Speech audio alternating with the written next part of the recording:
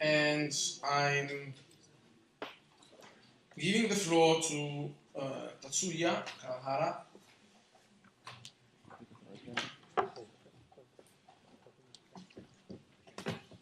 Grazie. Tatsuya Kawahara is professor and received his PhD degree in 1995 in information science from Kyoto University, Japan. Currently, he is professor at the Academic Center for Computing and Media Studies at the School of Informatics, Kyoto University.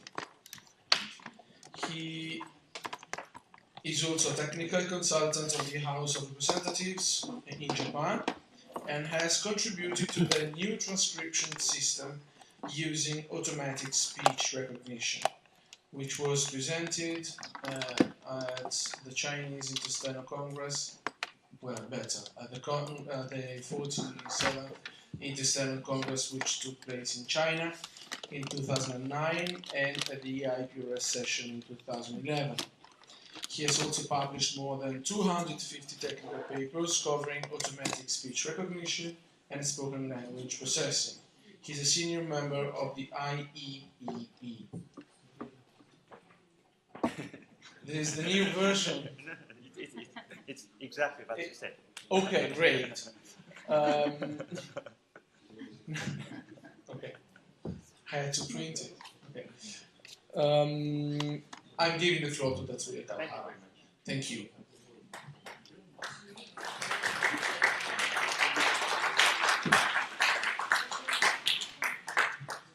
Are you speaking from here? Yeah, I can use Yeah. by myself. Yes. I Otherwise, operate. you can send me. Yeah, no problem.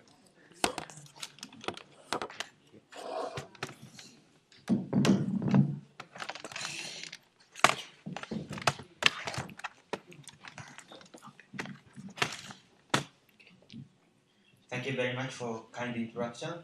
My name is Tatsuya Kawahara, and I'm from Kyoto University, Japan.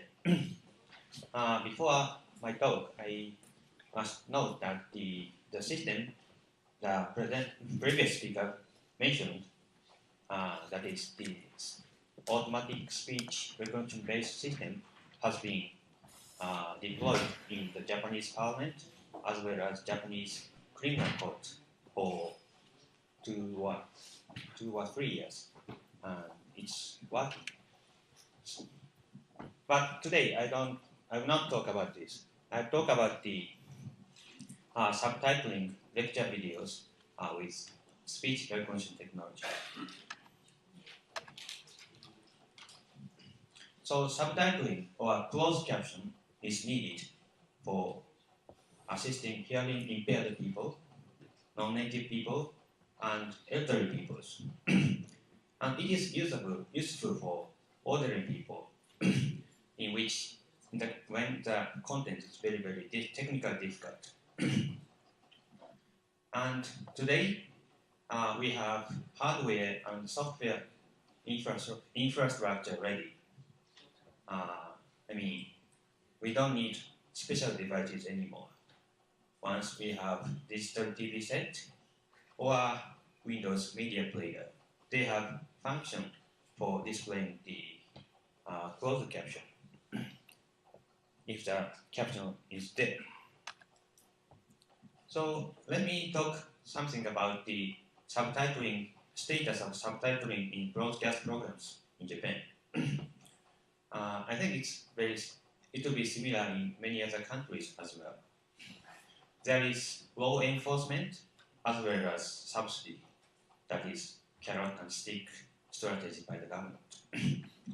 And our government targets that all possible programs should be captioned by 2017.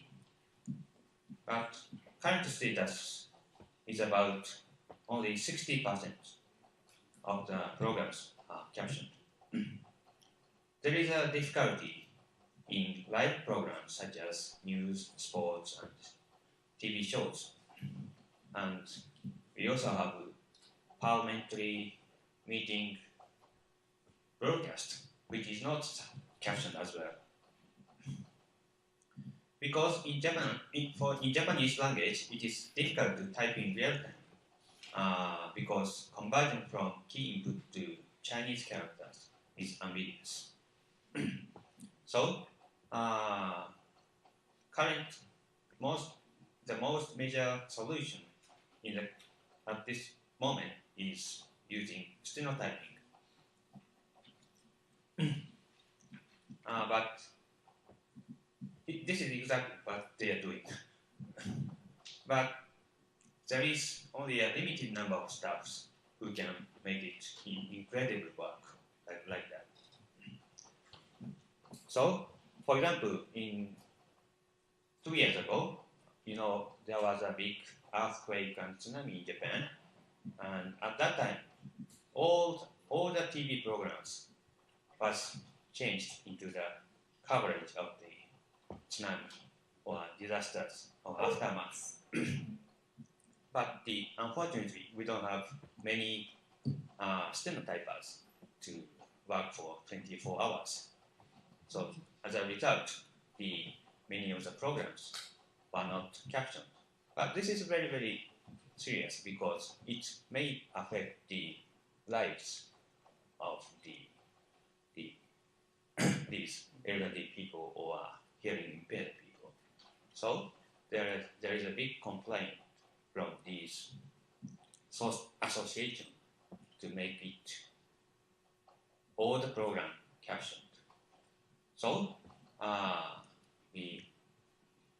not only by myself, but our community is also investigating the automatic speech recognition technology to do so. Actually, the speech recognition technology has been introduced for some part of captioning live broadcast news. It was introduced in NHK, that is Japanese national station. I think it was the first introduction was 2000. So that is 14 years ago. But they found that accuracy of 95% is needed to cover the broadcast news, to capture broadcast news, so errors can be corrected in allowable time. So that is, I think, up to 10 seconds of delays are accepted. But accuracy of 95% is very, very difficult to achieve. It is feasible only for anchor's speech, announcer's speech, professional anchor's speech. But not always for general people, such as we have interviews for people in the street, or we have guests of professors or some normal people. So it is not realized 95% for any people. So we need chapel speaker to speak this kind of speech. Now let me talk about the lectures. Lectures in university or colleges. There are several categories regarding subtitling lectures. One classification is offline versus real time. So real time means what exactly they are doing now. And in this case, some errors can be tolerable because the transcript will be gone. But in the case of offline video, the transcript must be perfect, almost perfect. So therefore, it should be clean and edited. And also, there's another application in which transcript is used as an index for search. And in this case, we don't care about quality because nobody will read the transcript. But my main focus of my talk would be captioning, subtitling offline video, because we have a huge increase in the video streaming of lectures. That should be called as tsunami of videos. We have more videos than we can watch in our real life. And there is an online university which provides video for distance learning for enrolled people. And there is, and recently there are many new services provided by major universities in worldwide, mostly the top universities in the worldwide. One form is so-called open courseware. It is a courseware online available to the public, and it has some lecture materials or videos. And very, very recently, there is a new type called MOOCs, or Massive Open Online Course. This is web-based courses consisting of videos and slides for general public worldwide. So this was initiated by MIT and joined by the major top universities in America and also other countries, European, Asian. And actually, many people enrolled this. And I heard that for one course, more than 100,000 people enrolled. 100,000? Yeah, for one class. I mean, it's possible because it's online. Wow. And it's really, content is really excellent, and it could be upgraded if they complete all courses. And there should be, more content will come in the future. But I think the subtitling in lecture videos is very, very limited. In the case of Open University of Japan, I found that only 15%, that is 9 out of 62 courses, newly held in the first semester of this year, was captioned. Although there is law enforcement that 100% should be covered by the year of 2017. At university or? No, Open University. Okay. I mean, they are broadcasting in TVs. Thank you. And I think there is almost nothing in other universities, normal universities, because of the financial reasons. And I hope many of you are familiar with TED Talks,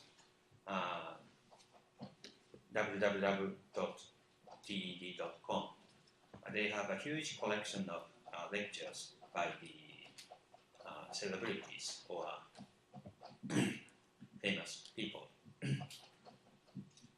And this is really, interesting talks. And that's why the subtitles have been made by volunteers worldwide. And of course, they are spoken in English, but many of them are translated into other countries by the volunteers. That's exactly happening as the keynote speaker told. And there are many YouTube videos, as you know, but there is no official caption. I think most of the caption does not have. Most of the video does not have captions. And captions actually captions are automatically generated by Google speech recognition server.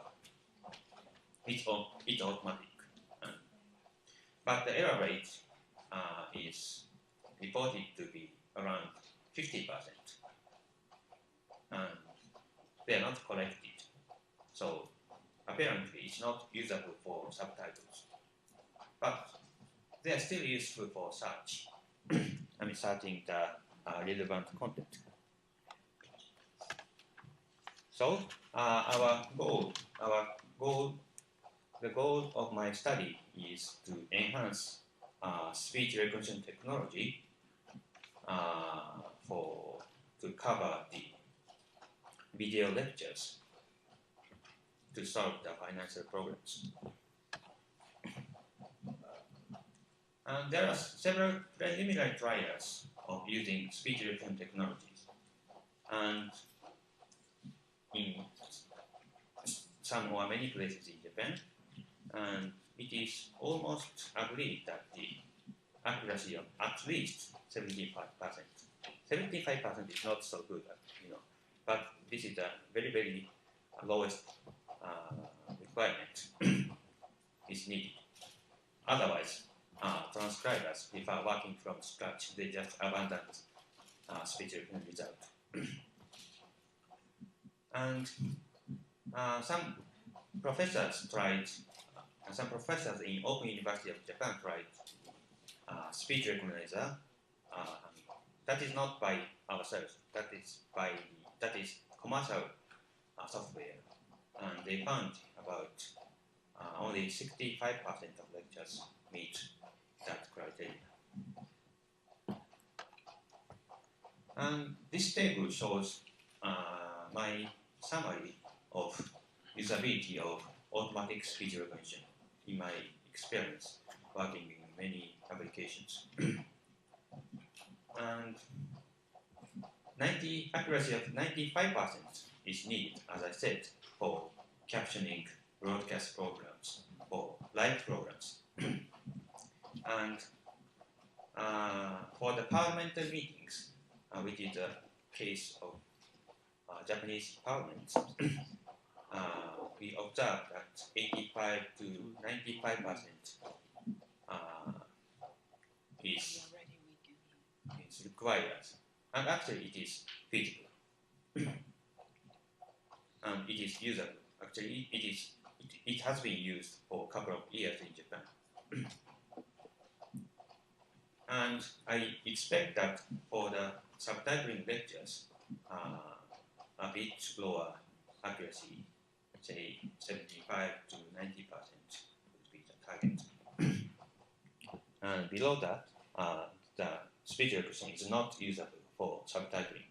It's usable only for the search. And accuracy is mostly correlated by the speaking style, as well as number of speakers. Speaking style, I mean how formal or how informal people speak. So, the anchors in the broadcast news speaks basically very, very formally. And we do hope that we do expect that the member of parliament speaks formally as well. But there is a variation in the case of lectures. Here I categorize video lectures and classroom lectures. Video lectures, the professors prepare contents very, very, very carefully, and it is shot in the studio. But in the case of classroom lectures, we don't prepare so much. We just go to the classroom and talk to the students. Actually, we see the lecture material when I get to the classroom. Sometimes. So it's a speech is spontaneous.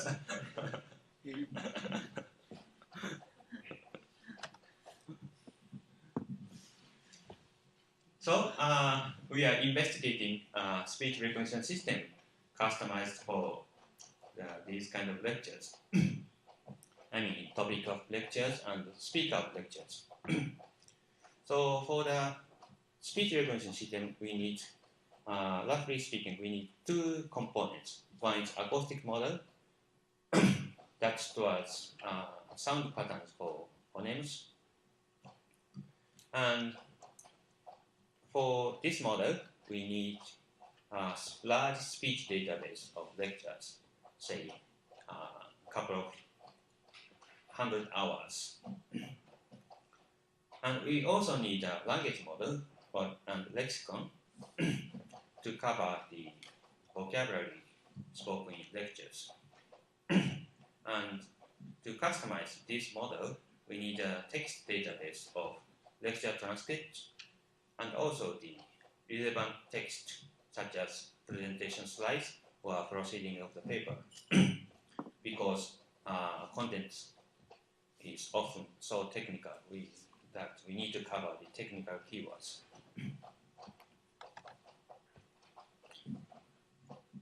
And last year, we tried subtitling lecture videos in Kyoto University OpenCourseware. Our OpenCourseware includes almost 2,000 videos. And they include the, for example, they include the lectures on IPS stem cell research. Their research is very famous because the professor got Nobel Prize last year. And we also have 3 Ghent symposium on earthquake and tsunami because after the aftermath of the big disaster. And as you expect that topics and vocabulary of these IPS and tsunami are very, very technical. So we found that transcription is not easy even for human transcribers. There are many, many technical words in the case of stem cell. So we adapt speech recognition system to these topics. And so far, we achieved accuracy of around 80% for IPS research symposium and 60 to 75 for disaster symposium. It's really literally disaster.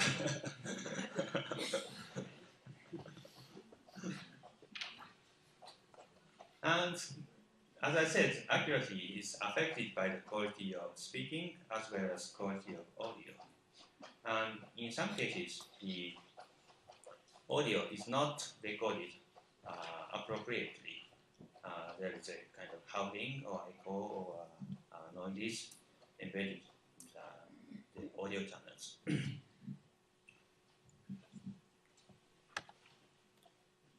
And this is I could have presented in the same manner as previous speaker, but I don't have set up. But anyway, it's Japanese, I understand. So this is a one shot of lectures on IPS cell. So you recognize the IPS. And he explained how these cells are generated and devised.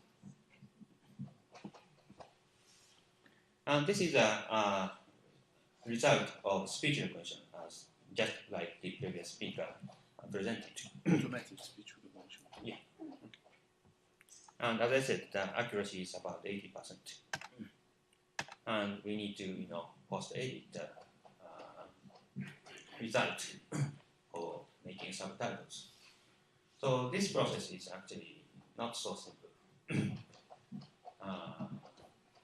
The previous speaker, I think the previous speaker mentioned only the correction of ASR errors and speech errors in speech recognition. But that's not all we need. We also need a cleaning of fillers and disfluencies, and we also need to correct grammatical errors. And we also make a proper punctuation such as comma and period, and also line breaking. And that's not the end. And these parts can be done, say, by my secretary or my students, but that is not enough. I mean, the subtitle was not approved by the author, presenter. We have another process of semantic checking and checking of political correctness, because the video will be broadcast worldwide, and if something is wrong, we might get complaint. We very, very nervous. And finally, once the subtitle is approved, we can synchronize text against audio or video. And this process is very, very easy, automated by the speech recognition process. And this is the outlook of our editor and post-editor editing software. And here we adopt the line-based editor because subtitle should be sequence of lines of text. We have standard number of characters per line. And each line is aligned against the relevant segment of the audio or video. So you can hear where you want to edit. And the final subtitle is now available to anyone via internet at this website. Sorry, this is most of the content is in Japanese, and we are asked to translate into English, but automatic translation is much more difficult than automatic speech recognition, especially in order to guarantee the quality of the content, because we are not native in English. Did you connect to internet? Do you want me to? Yeah.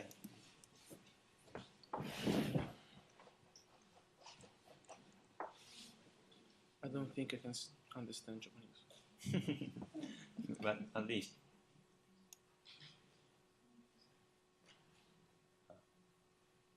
This is the advertisement of MOOCs, as I said.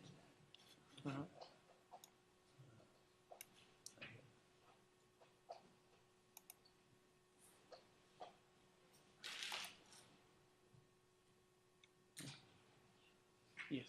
So this These are is the subtitles. Yeah. So you're familiar with YouTube videos. Actually, it's in YouTube.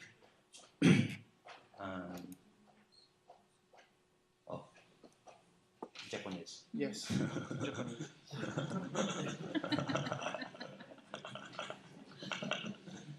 Yeah, I can recognize this.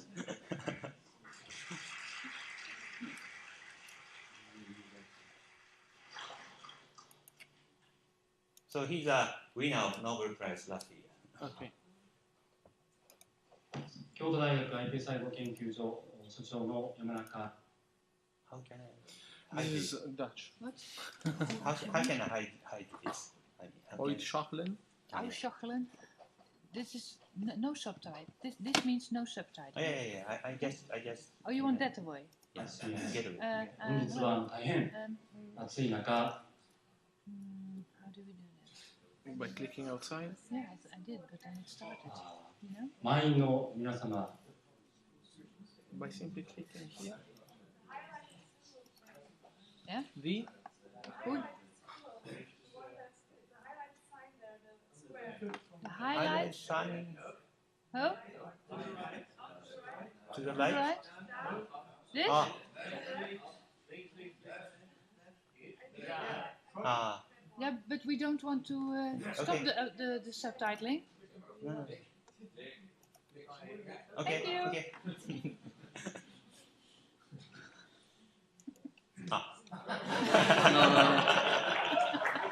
I'm sorry. お集まりいただきまして本当にありがとうございます。実は私は神戸大学医学部で医学を学んだものであります。もう20年以上前でございますが、その頃は六甲の方に下宿しておりまして、そして岡山にある神戸大学 So this is an introduction part, but we have a more technical talk afterwards. Right.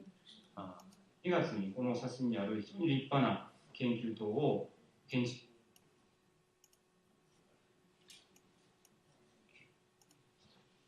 しまいます。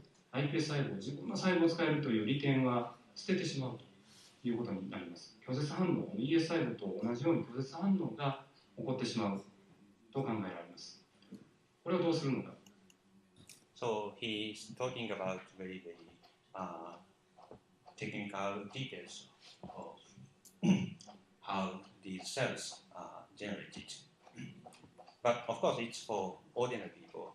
So he's carefully speaking, but he needs to use some or many technical words. For example, I don't know what ATLA means.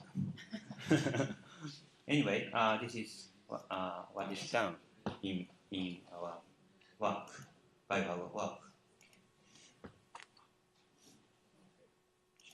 Okay.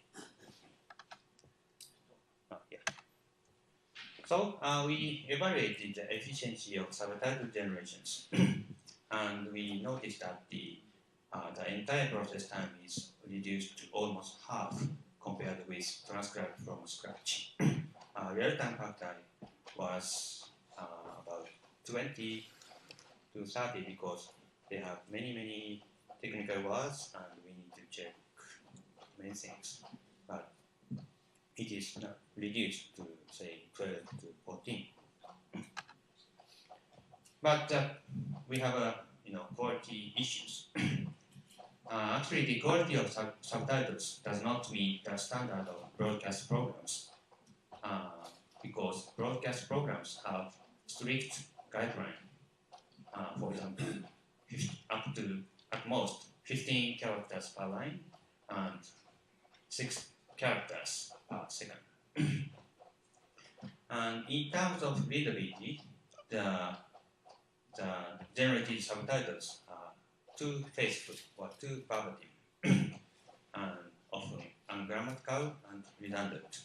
So we need more editing skills.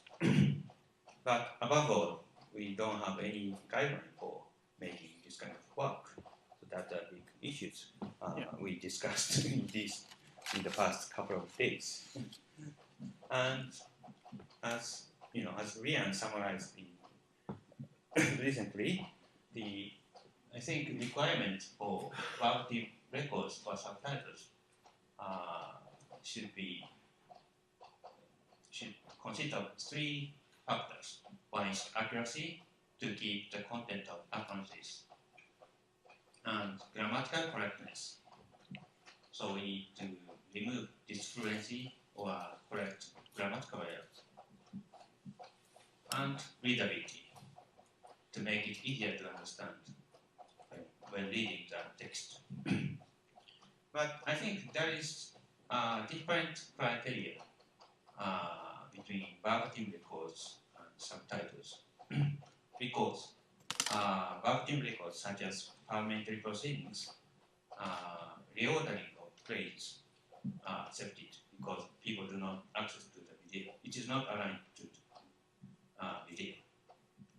But in the case of subtitles, reordering is not desired to keep synchronicity with the video. But we need more compression.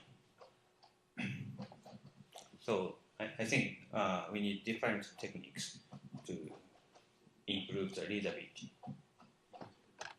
And apparently, the accuracy and readability trade-off conditions. So when we seek the accuracy, we don't get readability. So that's why we need a guideline to balance these two issues. So as an ongoing project, I'm planning to collaborate with the Open University of Japan to caption their video contents. And we made some preliminary experiments and observed the much better accuracy, about 90% can be obtained because the speech is not so spontaneous. And we also planning or designing a cloud service for captioning videos, just like a previous speaker introduced. It's a server-based system, so first you record content and upload to our server where speech recognition is conducted, and we provide a post editor. And the editor is client-server system. So your work in making subtitles can be done anywhere or anytime. And finally, when it's uploaded and approved, it is broadcasted to the world. Okay, in conclusion, we need productive tools for subtitling ever-increasing videos in the internet age. And automatic speech recognition is one choice, but it is still limited in usability and needs tuning. Video lectures in Open University and MOOCs can be a good target, I think, because expert knowledge on technical words is required, and speaking is fluent and not so emotional, and not so spontaneous. But we need guideline and training methodology for final subtitle generation. Thank you for your attention.